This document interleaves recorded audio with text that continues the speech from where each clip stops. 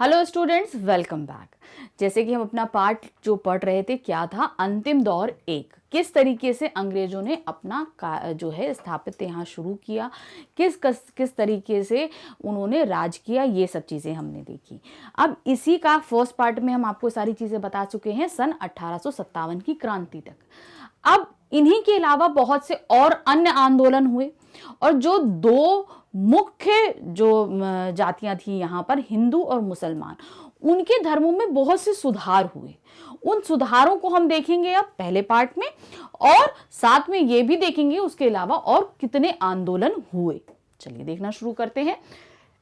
तकनीकी परिवर्तनों और उनके परिणामों के द्वारा भारत में पश्चिम की वास्तविक टकराहट 19वीं शताब्दी में शुरू हो गई थी। मतलब 19वीं शताब्दी में ही जो भी सिद्धांत लागू कर रहे थे उसको लेकर विद्रोह होना, टकराहट होना, छोटे छोटे तौर पर, एक बड़े तौर पर 1857 की क्रांति, ये सभी जो है वो 19वीं शताब्दी में शुरू हुई थी।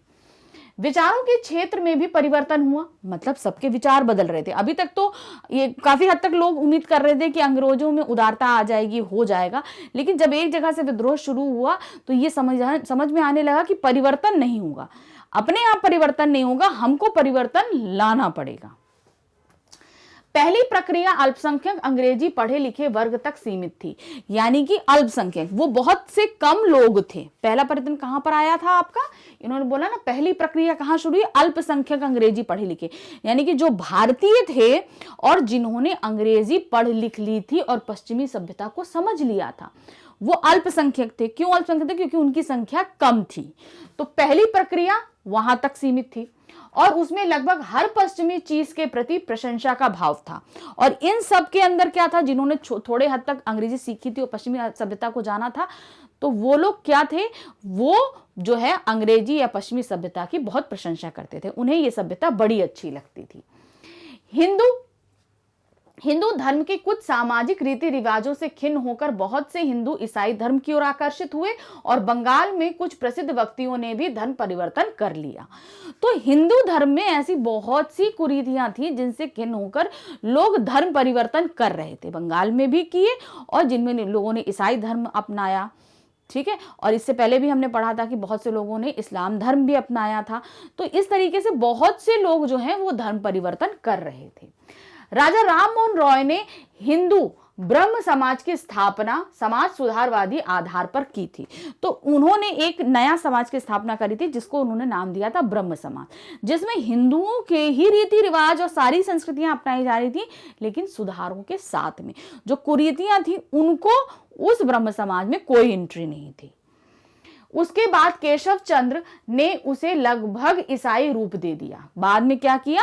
केशव चंद्र जी ने, राजा राम मोहन रॉय जी ने जो हिंदू को ही सुधार कर ब्रह्म समाज में लेकर, उसको बाद में उन्होंने पूरी तरीके से ईसाई धर्म में बदल दिया था।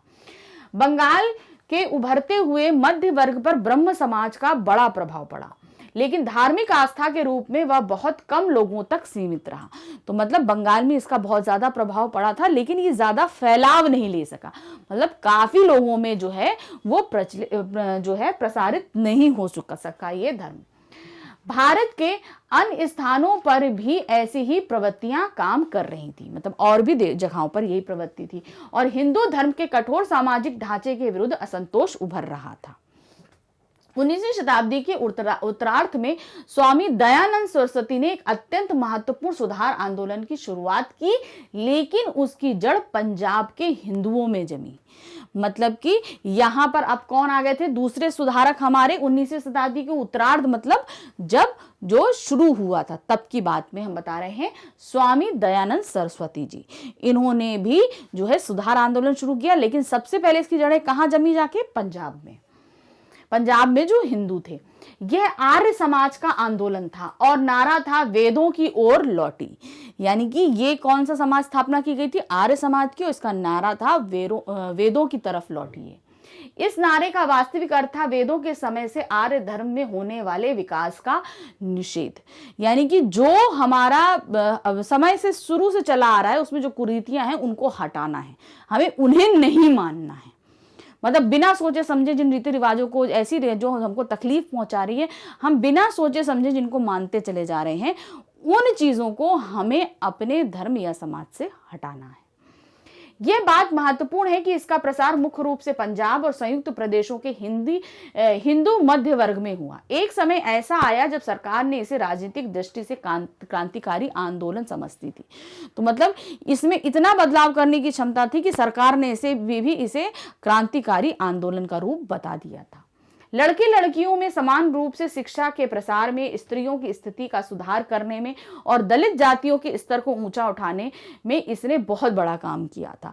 मतलब पहले लड़कियों को पढ़ाने के लिए जो है नहीं भेजा जाता था, तो लड़के और लड़कियों दोनों को समान जो है शिक्षा प्रदान की जाए, स्त्रियों की स्थिति सुधार में हो, मतलब स्त्रियां सिर्फ घर तक ना रहे, उनकी दयनीय स्थिति ना रहे, वो पूरा समाज में बराबरी का दर्जा ले, इस पर उन्होंने काम किया। जो आपकी दलित जातियां थी उनका स्तर भी ऊंचा किया, क्योंकि उन्हें समाज से अलग थलग कर दिया जाता था। जो उच्च वर्ग के लोग थे उन्हें समाज से अलग थलग कर देते थे। तो यहाँ पर क्या बोला गया कि उन्हें जो है ऊपर एक अच्छा स्तर के सामने रखा जाए। ये सारा काम स्वामी दयानंद सरस्वती जी ने किया। लगभग स्वामी दयानंद के ही समय में बंगाल में एक दूसरे ढंग का व्यक्तित्व सामने आया और नए पढ़े लिखे वर्ग के बहुत लोगों पर उसका प्रभाव पड़ा। वे थे श्री रामकृष्ण परमहंस। तो सरस्वती जी के समय में ही दूसरे पढ़े लिखे जो है बंगाल में एक और आए, वो थे श्री रामकृष्ण परमहंस। वे सीधे साधे विद्वान नहीं पर धर्म प्राण व्यक्ति थे, लेकिन समाज सुधार में उनकी कोई विशेष रुचि नहीं थी। मतलब वो धर्म में ज्यादा विश्वास करते थे, समाज को सुधारने में इतना उनका इंटरेस्ट नहीं था। वे सीधे चैतन्य और भारत के अन्य प्रांतों की परंपरा में आते थे, यानी चैतन्य एक समाज होता है, उस समाज से वो बिलोंग करते थे। वे मुख्यतः धार्मिक थे पर साथ ही बहुत उदार भी थे। आत्म साक्षात्कार की खोज में वे मुसलमान और ईसाई तत्वज्ञानियों तक मिले। मतलब वो एक ऐसे व्यक्ति थे जो अपना आत्मज्ञान बढ़ाना चाह रहे थे। जब हम ज्ञानी हो जाते हैं, हम सही हो जाते हैं, तो हम औरों तक चीजों को जागृति में पहुंचाने में बहुत बिलीव लगते हैं। तो श्री रामकृष्ण हंस जी जो हैं वो ऐसे व्यक्ति थे जो खुद अपना ज्ञान बढ़ा रहे थे और साथ में समाज को भी ज्ञान प्राप्त कर रहे थे। वो समाज को सुधारने का कार्य नहीं कर रहे थे, वो समाज को ज्ञान प्राप्त करा रहे थे, मतलब उसको शिक्षित कर रहे थे, चीजों से, अच्छी चीजों से शिक्षित कर रहे थे। उससे क्या होगा, जब हमको शिक्षित हो जाते हैं, हमें ज्ञान प्राप्त हो जाता है, तो उस जगह पर क्या हो जाता है कि हम समाज में अपना एक स्थान अपने आप बनाने लगते हैं, अपने आप एक सुधार शुरू हो जाता है। हम सुधार नहीं करेंगे, लोगों को शिक्षित कर दीजिए, वो सुधार अपने आप शुरू हो जाता है। तो ये काम कर रहे थे श्री रामकृष्ण परमहंस जी। उनमें से कुछ लोग कुछ समय श्री रामकृष्ण के साथ भी रहे। वे कलकत्ता के निकट दक्षिणेश्वर में बस गए और उनके असाधारण व्यक्तित्व और चरित्र की ओर धीरे धीरे लोगों का ध्यान आकर्षित होने लगा। धार्मिक विश्वास की बुनियाद बातों पर बल देते हुए उन्होंने हिंदू धर्म और दर्शन के विविध पक्षों को आपस में जोड़ा। उन्होंने दूसरे धर्मों को भी अपने क्षेत्र में लिया। वे हर तरह से सांप्रदायिकता के विरोधी थे। उन्होंने इस बात पर भी बल दिया कि सभी मार्ग सत्य की ओर जाते हैं। वो किसी एक पर्टिकुलर धर्म को नहीं मानते थे। सांप्रदायिकता यानी कि अलग अलग धर्म समाज को मानने में वो विश्वास नहीं रखते थे। उनके ज्ञान का क्षेत्र सभी धर्मों में था। मोस्टली उन्होंने ईसाई और मुसलमानी यानी कि इस्लाम धर्म को जो है समझने की कोशिश करी थी। तो यहाँ पर सभी धर्मों का जो अच्छा सार होता है, सार मतलब जो हमें अच्छी चीजें बताता है, वो चीजें उन्होंने ग्रहण करी और वही लोगों में बांटी, और इसी से उनमें उदारता या जागरण जो है वो किया उन्होंने, कि लोग अपने आप को पहचाने। और सब वो बोलते थे कि सत्य ही, हमें सारे धर्म सत्य ही सिखाते हैं। आधुनिक जीवन के संदर्भ में उन्हें समझना कठिन था, फिर भी वे भारत के बहुरंगी सांचे के अनुरूप थे। यानी बहुरंगी क्यों? क्योंकि यहाँ पर सभी धर्म के लोग थे, तो वो जो सांचा था उसके लिए बिल्कुल सही थे वो। क्यों? क्योंकि वो सभी धर्मों को समझ कर तब लोगों में ज्ञान का प्रसार कर रहे थे। बहुत से लोग जिन्होंने उन्हें कभी नहीं देखा उनकी जीवन कथा से प्रभावित हुए। इस वर्ग में रोम्या रोला थे, जिन्होंने उनकी और उनके मुख्य शिष्य विवेकानंद की जीवनी भी लिखी। तो रामकृष्ण परमहंस हैं और उनके शिष्य थे विवेकानंद जी, इन दोनों की जीवनी किसने लिखी थी? रोम्या रोला जी ने। तो ये लोग ऐसे थे जो इन लोगों से बहुत ज्यादा प्रभावित हुए थे। विवेकानंद ने अपने गुरु भाइयों के सहयोग से रामकृष्ण मिशन की स्थापना करी, मतलब अपने गुरु के नाम से, जिसमें सांप्रदायिकता नहीं थी। विवेकानंद के पास अतीत का आधार था और उन्हें भारत की विरासत पर गर्व था। क्यों? क्योंकि वो अपने भारत पर बहुत ज्यादा गर्व करते थे। जो हमारी प्राचीन सभ्यताएं चली आ रही हैं उस पर उनको बहुत गर्व था कि हम ऐसे देश में पैदा हुए जहां पर विभिन्न संस्कृतियां और जातियां का समन्वय है। तो ये चीज थी। इन्होंने ही तब प्रेरित होकर एक ऐसे नए धर्म की स्थापना करी जिसे हम बोलते हैं रामकृष्ण मिशन। तो इसमें सभी धर्मों का सार मिलाकर उस धर्म की स्थापना की गई थी। फिर भी जीवन की समस्याओं के प्रति उनका दृष्टिकोण आधुनिक था और वे भारत के अतीत और वर्तमान के बीच एक तरह से सेतु थे। मतलब वो प्राचीन के बारे मतलब पहले के समय में जानते थे और वर्तमान, इन दोनों को आपस में जोड़ना वो बड़े अच्छी तरीके से जानते थे। वे बंगला और अंग्रेजी के ओजस्वी वक्ता थे। मतलब वो बंगला भाषा और आपकी अंग्रेजी बहुत अच्छी बोल लेते थे। वक्ता मतलब जो बोलने वाला होता है, वो बहुत अच्छा बोल लेते थे। और बंगला गद्य और ललित कविता के लेखक थे। तो वो गद्य लेखन यानी कहानी, उपन्यास, आपके संस्मरण, आलोचना, वृत्तांत सब कुछ लिखते थे गद्य में, और कविताएं भी लिखते थे। वे सुंदर व्यक्तित्व के धनी थे, रोबीले, शालीन और गरिमावान थे। उन्हें अपने और अपने मिशन पर भरोसा था। उनमें भारत को आगे बढ़ाने की गहरी लगन थी। उदास और पतित हिंदू मानस के लिए वे संजीवनी की तरह आए थे। तो मतलब जो हिंदू समाज बहुत ही ज्यादा प्रताड़ित हो चुका था, दुखी हो चुका था, उन सब के लिए विवेकानंद जी एक संजीवनी बूटी की तरह आए थे, क्योंकि उन्होंने इस सभी दुखित समाज के ऊपर ऐसा प्रभाव छोड़ा जो पूरी तरीके से जागृत हो गया था। 1893 ईस्वी में उन्होंने शिकागो के अंतर्राष्ट्रीय धर्म सम्मेलन में भाग लिया। किसने? विवेकानंद जी ने। अमेरिका में 1 वर्ष से अधिक बिताया। यूरोप की यात्रा एथेंस और कुस्तुतुनिया तक की और मिस्र, चीन और जापान भी गए। तो उन्होंने भारत ही नहीं विदेशों की भी बहुत ज्यादा यात्रा करी थी। जो एक बार इस हिंदू सन्यासी को देख लेता उसके लिए उसे और उसके संदेश को भूलना कठिन हो जाता था। हिंदू सन्यासी थे, हम सभी जानते हैं, वो एकदम जो है केसरिया चोला धारण करते थे और जो भी उनको देख लेता था वो इनसे प्रभावित हुए बगैर नहीं रह पाता था। खुद उन पर भी पश्चिमी देशों की यात्रा का बहुत अधिक प्रभाव पड़ा। वे अंग्रेजी की लगन और अमेरिकी लोगों की जीवंतता और संभाव के प्रशंसक थे। यानी कि वो जब अमेरिका में गए थे तो वहां के लोगों की जीवंतता को बहुत अच्छा करते थे। यहाँ के लोग जीवन जीने के सही तरीकों को जानते हैं, बेकार के आडंबरों और रूढ़ियों में पड़ के अपने जीवन को नष्ट करते नहीं हैं। तो ये सब चीजों से वो बहुत ज्यादा प्रभावित हुए थे। लेकिन वे पश्चिम के धर्म व्यवहार से प्रभावित नहीं हुए थे। वहां पर धर्म के प्रति लोगों की जो आसक्ता थी वो इनको बिल्कुल भी पसंद नहीं थी। भारतीय दर्शन और आध्यात्मिक पृष्ठभूमि में उनकी आस्था और बलवती हो गई। कहने का मतलब वो अपने भारतीयता में और हिंदू के प्रति वो बहुत ज्यादा कड़ा और उन्होंने अपना लिया कि हमारा धर्म सभी धर्मों से उच्च है। मतलब उनमें उनका विश्वास और ज्यादा बढ़ गया था। उन्होंने वेदांत के अद्वैत दर्शन के एकेश्वरवाद का उपदेश दिया। यानी कि उन्होंने बहुत से वेद पढ़े, वेदांत में पढ़े, वैश्विक पढ़े सब। तो यहां पर उन्होंने ये बल दिया कि हमें एकेश्वरवाद पर मान चाहिए। मतलब हमें सिर्फ एक ईश्वर में ही विश्वास करना चाहिए। हमारा हिंदू धर्म बहुवाद है, बहुदेवतावाद है। तो वहां पर बहुत सारे देवताओं का होता है, लेकिन उनका कहना था कि हमें एकेश्वरवाद जो है वो फॉलो करना चाहिए। उन्हें विश्वास था कि विचारशील मानवता के भविष्य के लिए यही एकमात्र धर्म हो सकता है। उनके अनुसार वर्ण व्यवस्था एक तरह की सामाजिक वर्ण व्यवस्था है जो धर्म से अलग थी और अलग ही रहनी चाहिए। सामाजिक संगठनों को समय के परिवर्तन के साथ बदलना चाहिए।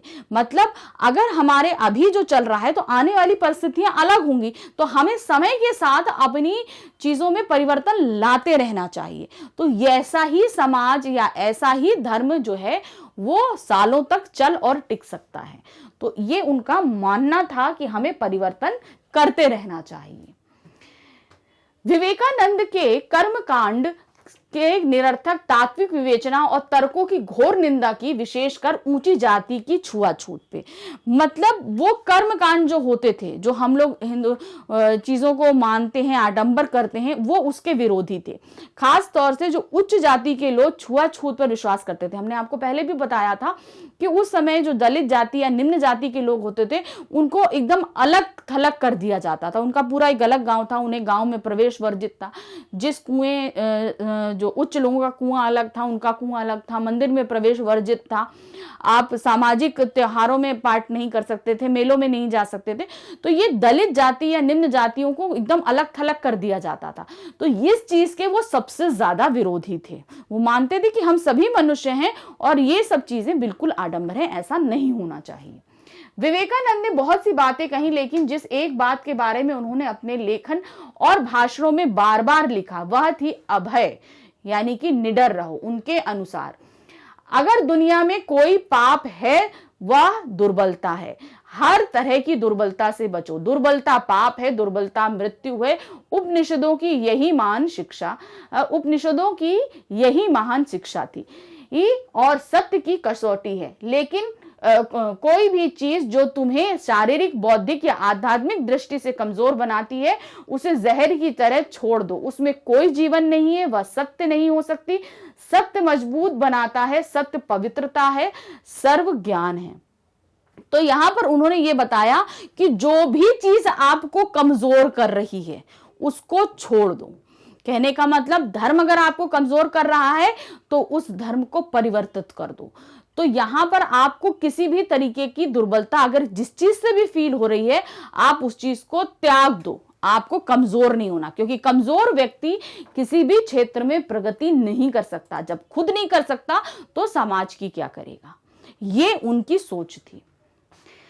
अंधविश्वासों से सावधान रहो। मैं तुम्हें अंधविश्वासी मूर्ख कहने की अपेक्षा कट्टर नास्तिक कहना पसंद करूंगा, क्योंकि नास्तिक सजीव होता है और आप उसे कुछ बना सकते हो। तो कहने का मतलब है कि अगर आप क्या कहते हैं नास्तिक हो, मतलब आप अगर अंधविश्वासी हो किसी भी धर्म में, किसी भी धर्म के हो, तो अंधविश्वास को नहीं मानो। उसके बनिस्पत अगर आप नास्तिक हो जाओ तो सही है, क्योंकि नास्तिक व्यक्ति को हम कहीं ना कहीं कुछ बना सकते हैं।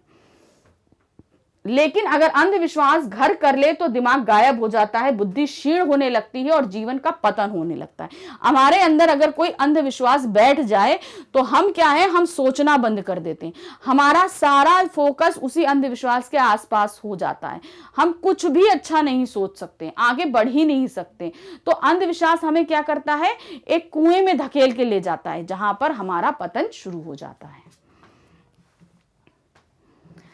इसलिए विवेकानंद ने भारत के दक्षिणी छोर में कन्याकुमारी से लेकर हिमालय तक गर्जना की। इस प्रक्रिया में उन्होंने अपने आप को खपा दिया। सन 1902 में 39 वर्ष की आयु में ही उनकी मृत्यु हो गई। तो उन्होंने अपने इस चीजों के लिए इतना ज्यादा अपने आप को शारीरिक कष्ट दिया। सिर्फ 39 वर्ष की आयु में सन 1902 में उनकी मृत्यु हो गई। विवेकानंद के ही समकालीन थे रविंद्रनाथ टैगोर। विवेकानंद के ही समकालीन थे, उन्हीं के समय के, किंतु वे बाद की पीढ़ी थे। टैगोर परिवार ने 19वीं शताब्दी के दौरान बंगाल के विभिन्न सुधारवादी आंदोलनों में आगे बढ़कर भाग लिया। तो मतलब विवेकानंद थोड़ा मतलब समकालीन थे, एक ही समय के थे। मतलब विवेकानंद पहले के और थोड़ा सा उत्तरार्ध के बाद टैगोर फैमिली आई। इन्होंने बंगाल में बहुत से सुधारवादी आंदोलन चलाए और किए भी। उस परिवार में आध्यात्मिक दृष्टि से ऊंचे लोग थे, श्रेष्ठ लेखक और कलाकार थे, पर रविंद्रनाथ का स्थान इन सबसे ऊंचा था और पूरे भारत में क्रमशः उनकी स्थिति ऐसी हो गई थी कि कोई उनकी बराबरी नहीं कर सकता था। तो पूरे भारत में रविंद्रनाथ टैगोर जी की स्थिति बिल्कुल ही अलग जगह पर थी। वे राजनीतिज्ञ नहीं थे, किंतु वे इतने संवेदनशील और भारतीय जनता को स्वाधीनता के प्रति इतने समर्पित थे कि जब भी कोई बात उनसे बर्दाश्त नहीं होती थी, वे बाहर निकलते थे और ब्रिटिश सरकार या अपने लोगों को चेतावनी देते थे। मतलब उन्होंने कोई आंदोलन नहीं किया, लेकिन जब उन्हें पसंद नहीं आते था तो उसका खुलकर विरोध करते थे। इसीलिए वो फेमस थे। वो चुपचाप बैठ के बर्दाश्त करने वालों में से नहीं थे। 20वीं सदी के पहले दशक में बंगाल में व्याप्त स्वदेशी आंदोलन में उन्होंने भाग लिया और अमृतसर के हत्याकांड के समय उन्होंने सर का खिताब लौटा दिया था। तो क्या हुआ था, जलियांवाला बाग जो हत्याकांड हुआ था उस समय जो है उनको जो सर की उपाधि अंग्रेजों द्वारा प्रदान की गई थी रविन्द्रनाथ टैगोर जी को, वो उन्होंने लौटा दी थी। शिक्षा के क्षेत्र में उन्होंने जो रचनात्मक कार्य खामोशी से आरंभ किया था उसने शांति निकेतन को भारतीय संस्कृति का प्रधान केंद्र बना दिया। तो उन्होंने शिक्षा का जो कार्य किया था वो इतना ज्यादा प्रबल रूप लिया कि शांति निकेतन को विश्व में विख्यात कर दिया था। भारतीय मानस पर उसका प्रभाव विशेषकर एक के बाद एक आने वाली नई पीढ़ियों पर बेहद रहा। वे भारत के सर्वोत्तम अंतर्राष्ट्रीयतावादी थे। अंतर्राष्ट्रीय सहयोग में विश्वास और उनके लिए काम करने के कारण वे भारत के संदेश को दूसरे देशों में ले जाते रहे और उनके संदेश अपने लोगों के लिए लाते रहे। तो वो जो ये सुधारवादी कार्य कर रहे थे, ये भारतीय संस्कृति थी उसको विदेशों तक ले जाते थे, वहां पर प्रसार करते थे और विदेशों से जो अच्छी बातें लेकर आते थे वो भारतीयों को उस बारे में बताते और समझाते थे। फिर भी उनके पैर दृढ़ता पूर्वक भारत की धरती पर जमे हुए थे और उनका मस्तिष्क उपनिषदों के ज्ञान से ओतप्रोत था। घोर व्यक्तिवादी होने के बावजूद वे रूसी क्रांति के महान उपलब्धियों के प्रशंसक थे, विशेषकर शिक्षा के प्रसार, संस्कृति और स्वास्थ्य और समानता की चेतना।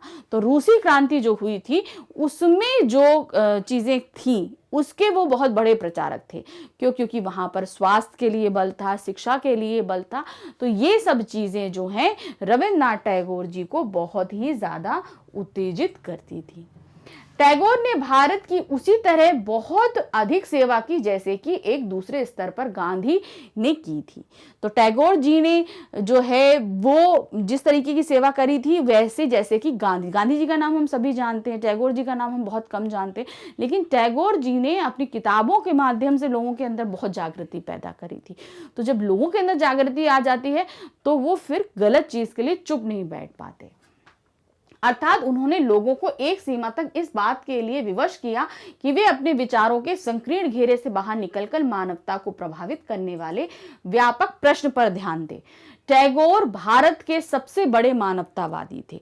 तो मतलब यहां पर लोगों के विचारों को बदला कि आप अपने विचार को मतलब सिकोड़ कर नहीं रखिए, उन्हें हर दिशा में फैलाइए, तब डिसाइड करिए क्या सही है और क्या गलत है। 20वीं शताब्दी के पूर्वार्ध में टैगोर और गांधी निसंदेह भारत के दो विशिष्ट और प्रभावशाली व्यक्तित्व थे। उनकी समानताओं और विषमताओं की तुलना से हम बहुत कुछ सीख सकते हैं। कोई दो व्यक्ति अपनी बनावट और मिजाज में एक दूसरे से इतने भिन्न नहीं हो सकते। मतलब उनकी सोच और सब कुछ पूरी तरीके से भिन्न था, लेकिन तब भी वो एक ही क्षेत्र में बहुत मशहूर थे। टैगोर संभ्रांत कलाकार थे जो सर्वहार के प्रति सहानुभूति के कारण लोकतंत्रवादी हो गए थे। तो वो एक कलाकार व्यक्ति थे, हम सभी जानते हैं वो अच्छे कलाकार थे, पोएट थे, ठीक है ना, राइटर थे। तो वो मतलब सिंगर, आप उनके लिखे हुए गीत भी पढ़ोगे तो बहुत प्रोत्साहित करने वाले गीत रहते हैं। बांग्ला भाषा के में वो जो है विशिष्ट कलाकार थे। तो वो और संभ्रांत थे, मतलब एक अच्छे परिवार से आते थे। तो वो सब चीजें क्या है ना, वो लोकतंत्रवादी को उन्होंने बहुत ज्यादा प्रोत्साहित किया था। गांधी जी विशेष रूप से जनता के आदमी थे, भारतीय किसान का साकार रूप थे और भारत की दूसरी प्राचीन परंपरा का प्रतिनिधित्व करते थे। यह परंपरा संन्यास और त्याग की परंपरा थी। मतलब कि उन्होंने जो परंपरा अपनाई थी वो संन्यास ले लिया था। एक तरीके से उन्होंने भारत को आजाद कराने के लिए अपना पूरा जीवन समर्पित कर दिया था, सारी चीजें त्याग दी थी, कष्ट सहे थे। लेकिन इसके पलट टैगोर जी ने दूसरे काम किए थे। उन्होंने साहित्य के जरिए अपनी जो है उत्तेजनापूर्ण भाषणों के जरिए नहीं, साहित्य के जरिए लोगों में जागृति पैदा करी थी। टैगोर मूलतः विचारक थे और गांधी अनवरत कर्मठता के प्रतीक थे। तो विचारक थे मतलब वो विचार करके पुस्तकों का निर्माण करते थे और उसके थ्रू लोगों में जागृति पैदा करते थे। और गांधी जी अनवरत कर्मठता थे मतलब वो कार्यों कर्म के जरिए वो लोगों में क्रांति पैदा करते थे। तो ये दोनों सेम थे, दोनों के सोचने विचारने का अलग था, लेकिन लोगों पर बड़ा पॉजिटिव प्रभाव पड़ता था, जिसने हमारे स्वतंत्रता के आंदोलन में बहुत बड़ा पार्ट निभाया था। दोनों ही अपने अपने ढंग के विश्व दृष्टि थे। इनके साथ ही दोनों पूरी तरह भारतीय थे। वे दोनों भारत के अलग अलग पक्षों का प्रतिनिधित्व करते थे जो एक दूसरे के पूरक थे। तो दोनों अलग अलग पक्ष थे। एक क्या था, आप आंदोलन करिए, दूसरा क्या करते थे, वो साहित्य के जरिए चीजें करते थे। लेकिन दोनों का काम क्या था, एक ही था, एक दूसरे के पूरक थे। लोगों में जागृति पैदा करना, जागृति पैदा करके स्वतंत्रता के आंदोलन को और उग्र करना, ये दोनों ही करते थे। अपनी आध्यात्मिक और राष्ट्रीय विरासत में हिंदू मध्य वर्ग की आस्था को बढ़ाने में श्रीमती एनी बेसेंट का जबरदस्त प्रभाव रहा। इन सब में एक आध्यात्मिक और धार्मिक तत्व था, लेकिन साथ ही उनके पीछे सुदृढ़ राजनीतिक पृष्ठभूमि थी। तो एनी बेसेंट क्या थी, वो राजनीतिक परिवार से आती हुई एक महिला थी। उदीयमान मध्यम वर्ग का झुकाव राजनीतिक था और वह किसी धर्म की तलाश में नहीं था। उसे पकड़ने के लिए सांस्कृतिक आधार चाहिए था। मतलब वो किसी धर्म की तरफ नहीं झुकाव में थी, कोई भी धर्म की तरफ झुकाव में नहीं थी। बस क्या था कि वो जागृति लाना चाहती थी। कुछ ऐसा ही उनमें आत्मविश्वास पैदा करता है, उस नैराश्य और अपमान के बोध को कम करता है। उनके भीतर विदेशी जीत और शासन ने पैदा कर दिया था, यानी कि शासन ने ही उनके अंदर इस जीत के भाव को पैदा किया था। हर देश में राष्ट्रीयता के विकास के साथ धर्म के अलावा यह तलाश अपने अतीत की ओर जाने की प्रवृत्ति होती है। तो हम अगर किसी चीज को खोज रहे हैं तो सबसे पहले हम अतीत से खोजना शुरू करते हैं। जब हम अतीत में खोज लेते हैं तो हम प्रेजेंट में अपने आप चीजों को पा लेते हैं। भारत का अतीत अपनी संपूर्ण संस्कृति, विविधता और महानता के साथ सब भारतीयों की साझी विरासत है। हिंदुओं, मुसलमानों, ईसाइयों या अन्य लोगों की, और उन्हीं के पूर्वजों ने इनके निर्माण में सहयोग दिया था। बाद में दूसरे मतों में धर्म परिवर्तन कर लेने के कारण वे इस विरासत से वंचित हो गए। तो भारत में अगर स्वाधीनता की नींव रखी गई तो इसमें सभी धर्मों का समावेश था, कोई भी धर्म नहीं। भाई हमारी संस्कृति मिलीजुली सभ्यताओं की संस्कृति है, तो इसीलिए तो हम बोलते हैं कि हमारा भारत जो है वो विविधता में एकता है।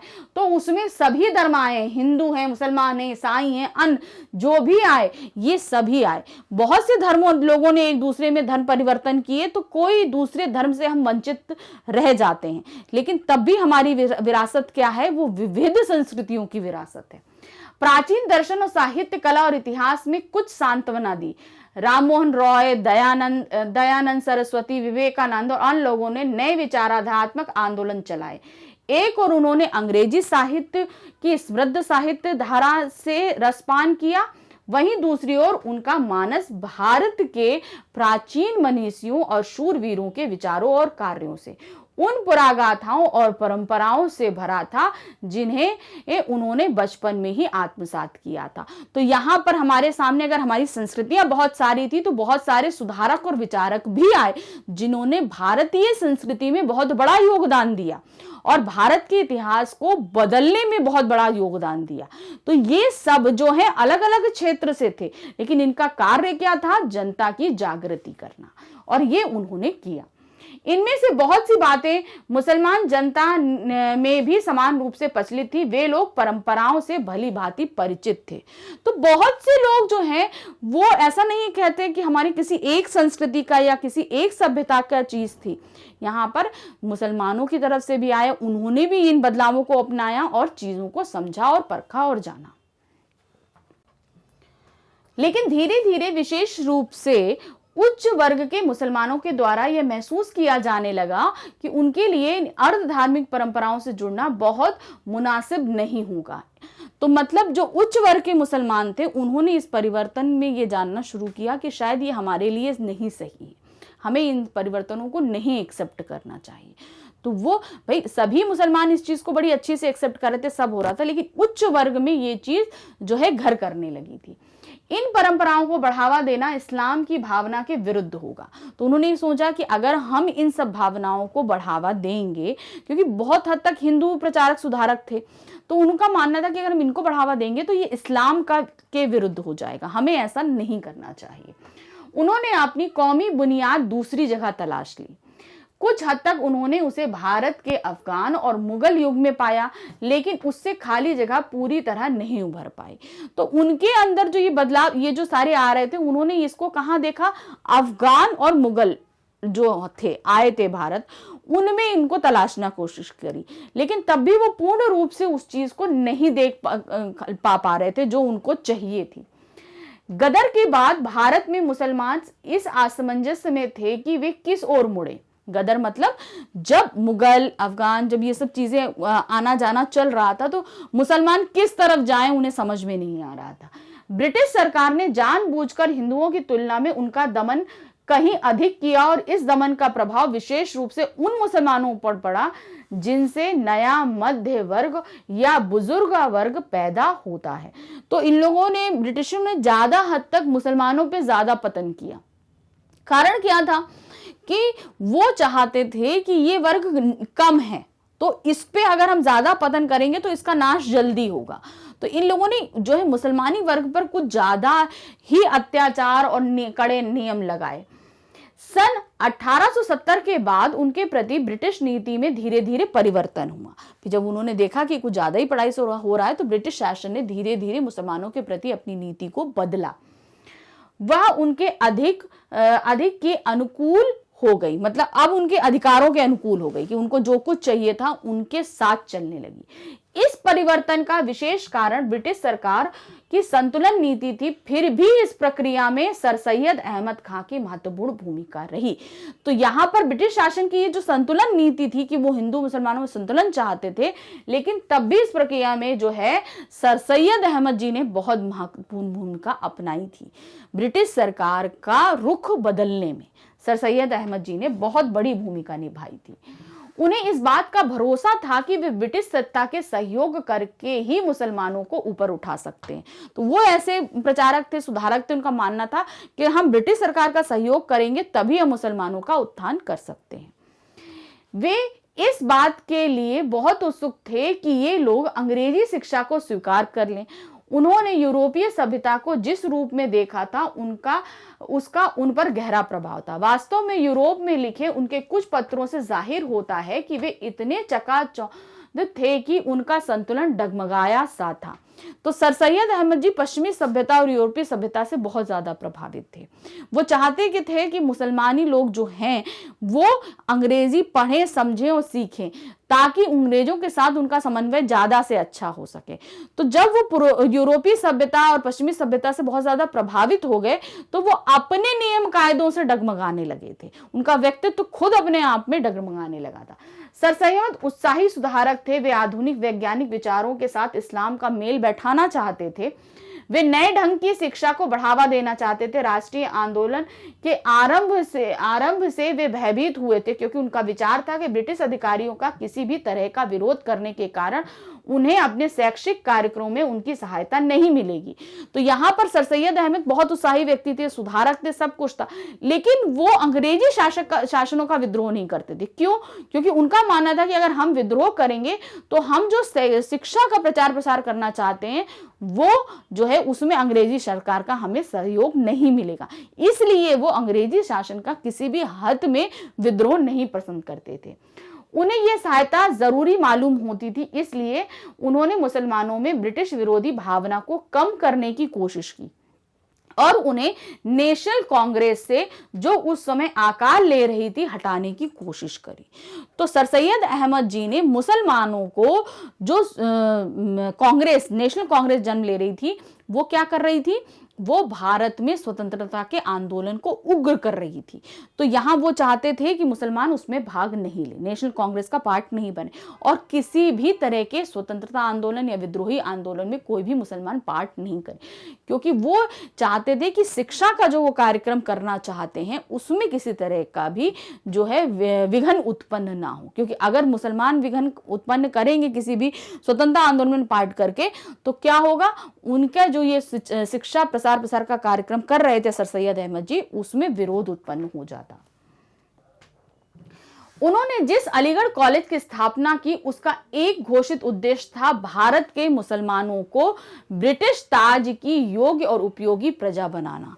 तो इन्होंने यहां पर क्या किया था, सर सैयद अहमद जी ने अलीगढ़ कॉलेज की स्थापना की थी। तो यहाँ पर इस स्थापना का मुख्य उद्देश्य था कि मुसलमानों को ब्रिटिश शासन के प्रति हम प्रेम स्थापित कर सकें। वो शिक्षा के माध्यम से ब्रिटिशरों को साथ लेना चाहते थे। वे नेशनल कांग्रेस का विरोध इसलिए नहीं करते थे कि वे उसे विशेष रूप से हिंदू संगठन समझते थे, तो वो इसलिए विरोध नहीं करते थे क्योंकि उसको हिंदू मानते थे।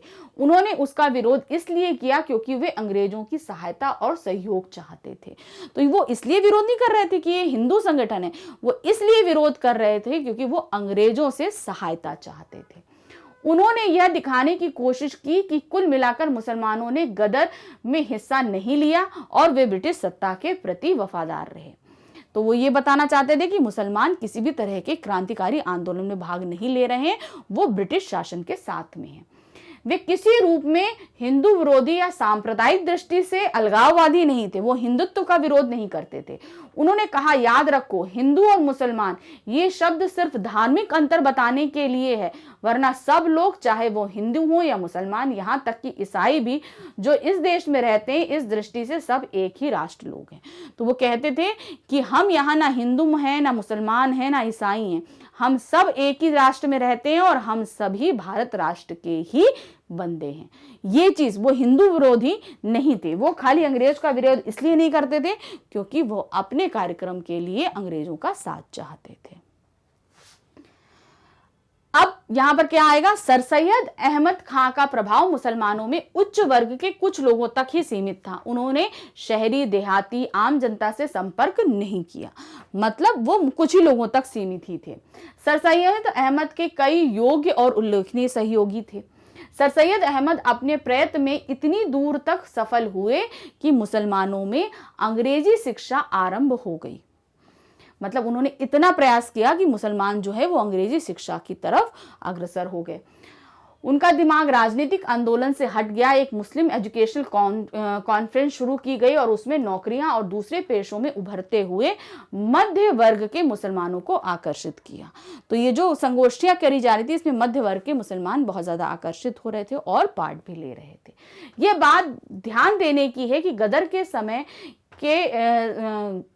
के बाद के समय में भारतीय मुसलमानों में जितने विशिष्ट लोग थे, उनमें सर सैयद अहमद भी शामिल थे। सभी ने पुरानी परंपरागत शिक्षा पाई थी।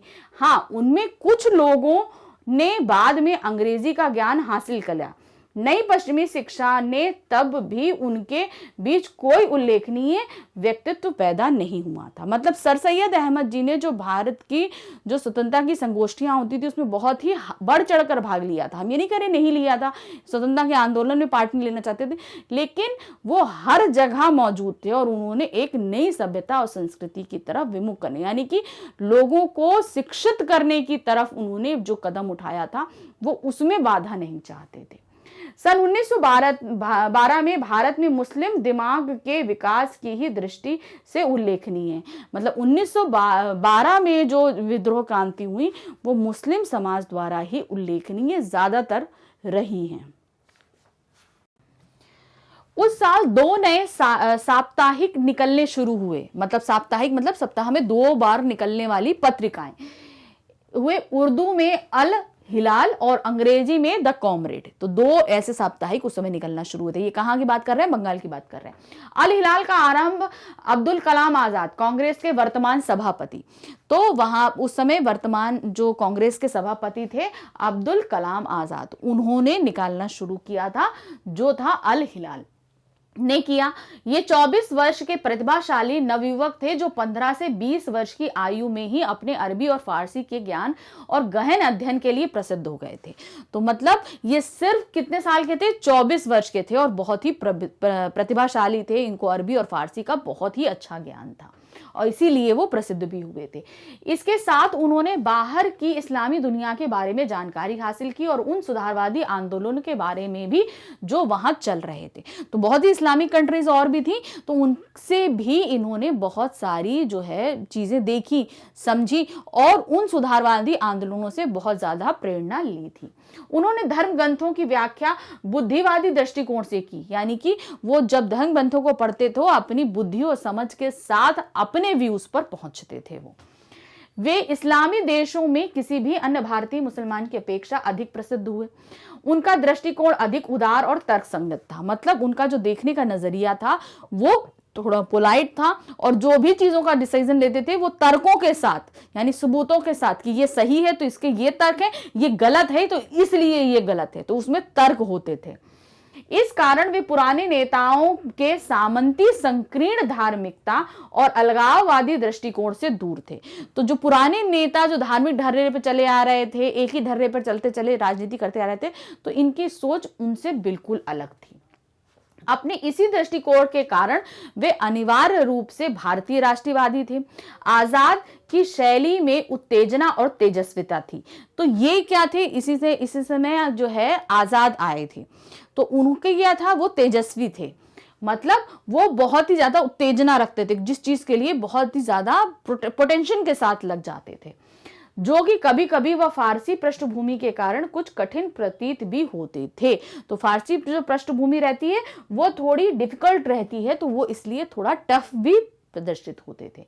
एक नए विचारों के लिए उन्होंने नई शब्दावली का प्रयोग किया और उर्दू भाषा जैसी आज है उसे यह रूप देने में उनका निश्चित योगदान था।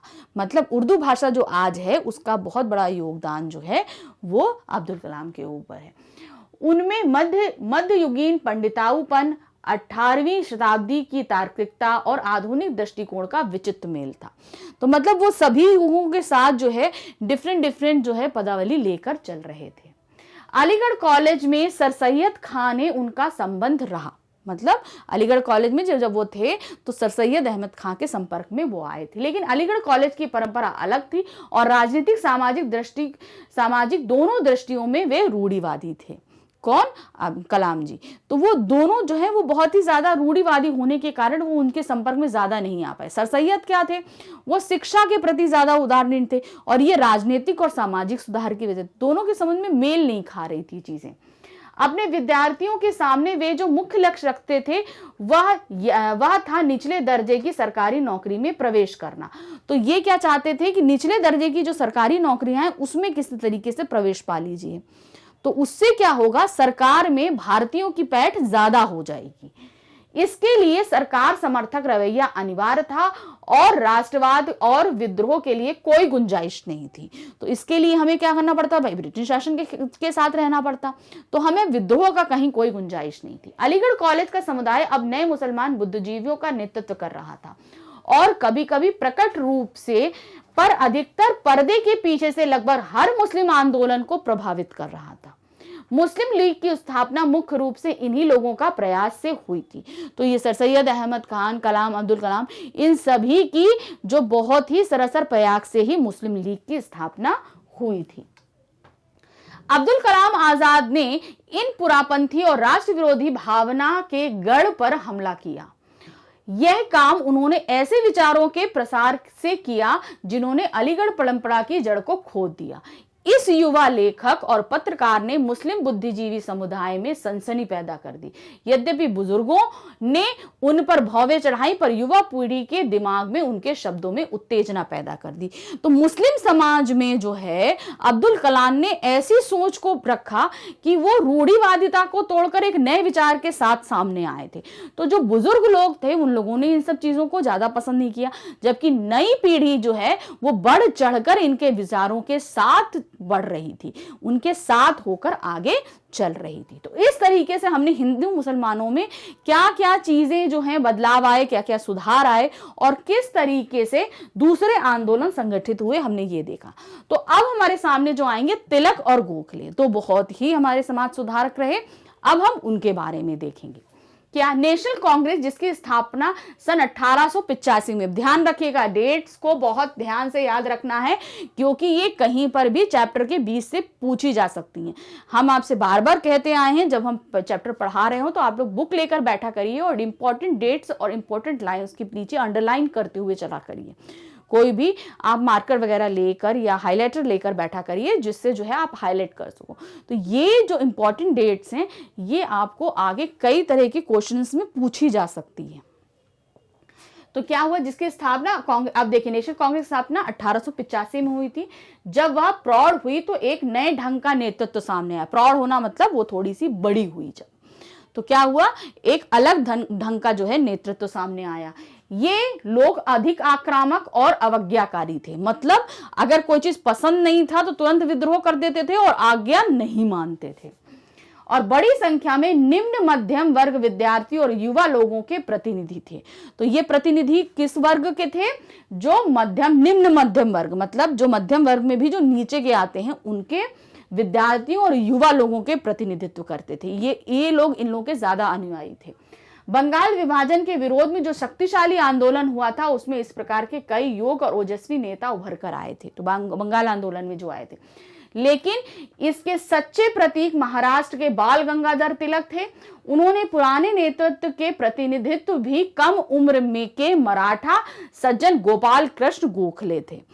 तो यहां पर हमारे क्या आया कि दो ऐसे उदाहरक आए, आपके बाल गंगाधर तिलक और गोपाल कृष्ण गोखले, जो मराठा थे और एक बंगाल विरोधी में आए थे सामने।